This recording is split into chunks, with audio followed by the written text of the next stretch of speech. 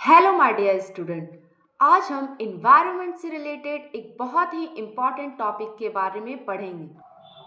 तो इसके बारे में जानना ना सिर्फ हमारे लिए ज़रूरी है बल्कि इसके लिए हम क्या कदम उठा सकते हैं ये सोचना भी ज़रूरी है। क्या आपने नोटिस किया है कि पहले के मुकाबले मौसम कितना बदल गया है?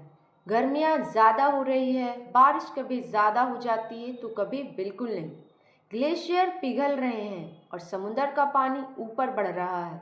ये सब एक बड़े प्रॉब्लम की वजह से हो रहा है, जिस प्रॉब्लम का नाम है ग्लोबल वार्मिंग, जो ग्रीन हाउस इफेक्ट से जुड़ा है। आज के वीडियो में हम समझेंगे कि ये दोनों क्या है और कैसे हमारी ज़िंदगी को अफेक्ट कर रहे हैं। सबसे पहले समझते हैं ग्रीन हाउस इफेक्ट क्या है। ये एक नेचुरल प्रोसेस यानी कुदरती अमल है जो ज़मीन को जीने के लायक बनाता है और इंसान इस वजह से इस ज़मीन में जिंदा रह पाते हैं। सूरज की हीट ज़मीन तक आती है और इसका एक हिस्सा ज़मीन एब्जॉर्ब यानी जज़्ब करती है और बाकी वापस स्पेस में चली जाती है। लेकिन कुछ गैसें जैसे carbon dioxide, methane, nitrous oxide और पानी के भाप जैसे गैस इस हीट को ट्रैप कर लेती है और इसी वजह से ज़मीन का दर्जा हरारत मेंटेन यानी बैलेंस में रहता है और इंसान के जीने के लायक बना रहता है। लेकिन प्रॉब्लम तब शुरू होती है जब इंसानी सरगर्मियों यानी ह्यूमन एक्टिविटीज़ की वजह से ये गैसें फिज़ा में ज़्यादा बढ़ने लगती है और ये सूरज की हरारत को ट्रैप करने लगती है, जिसकी वजह से ज़मीन का दर्जा हरारत और बढ़ने लगता है। इस अमल को इन्हेंस्ड ग्रीन हाउस इफ़ेक्ट के नाम से जाना जाता है और इसे ग्लोबल वार्मिंग की सबसे बड़ी वजह मानी जाती है।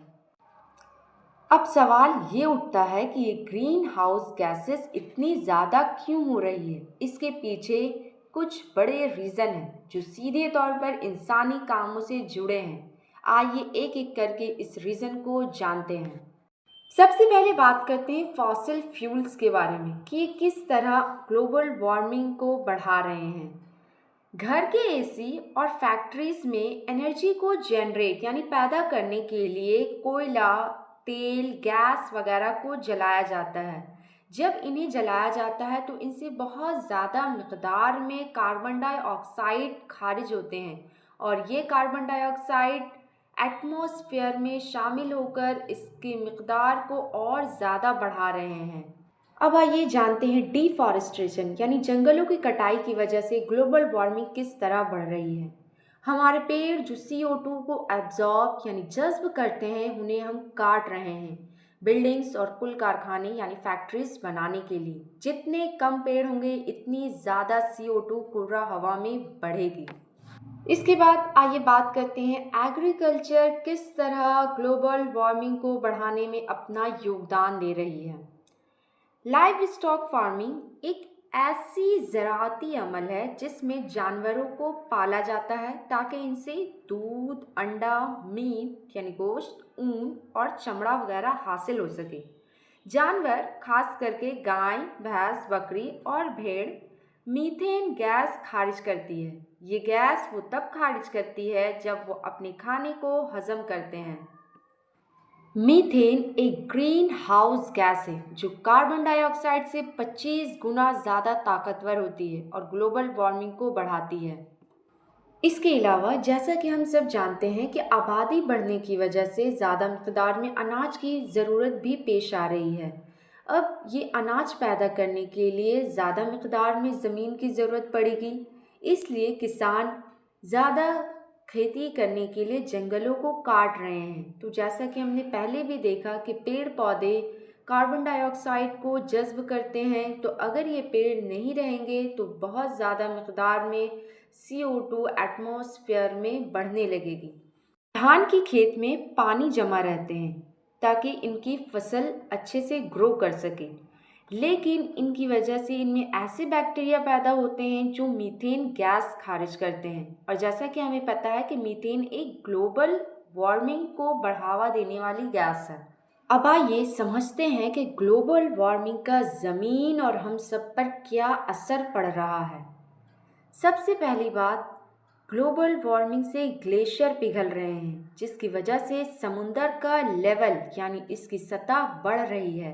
साहिली इलाकों में सैलाब का खतरा भी इसकी वजह से बढ़ चुका है। इसके अलावा मौसम भी अनप्रिडिक्टेबल हो गया है। कभी ज़्यादा बारिश होती है तो कभी बिल्कुल सूखा पड़ जाता है। तूफान और हीट वेव जैसे सिचुएशन भी हमें फेस करने पड़ रहे हैं। ग्लोबल वार्मिंग का असर इंसानी सेहत पर भी पड़ा है। इसकी वजह से इंसानों को हीट स्ट्रोक जैसे मसले पेश आए हैं। इसके अलावा ग्लोबल वार्मिंग की वजह से मौसम में काफ़ी गड़बड़ी देखने को मिल रही है, जिसकी वजह से फसलों की पैदावार अच्छी तरह से नहीं होने की वजह से हमें फूड शॉर्टेज यानी अनाज की किल्लत भी देखने को मिल रही है। इसके अलावा कई एनिमल्स और प्लांट्स जैसे पोलर बियर्स और कोरल रीफ अपने घर को खोने की वजह से अपनी बर्बादी की तरफ बढ़ रहे हैं। So dear learner, global warming एक ग्लोबल यानी पूरी दुनिया का मसला है, लेकिन इसका हल हम छोटी छोटी तब्दीलियों यानी चेंजेस से कर सकते हैं। आपका एक स्टेप जैसे बिजली बचाना, प्लास्टिक का यूज़ कम करना और पेड़ लगाना दुनिया के लिए एक बड़ी हेल्प हो सकती है। आप क्या कर रहे हैं ग्लोबल वार्मिंग को रिड्यूस करने के लिए, ये हमें कमेंट बॉक्स में ज़रूर शेयर करें। वीडियो पसंद आया तो लाइक करें और मोर इन्फॉर्मेटिव वीडियो जानने के लिए चैनल को सब्सक्राइब करें। Thank you.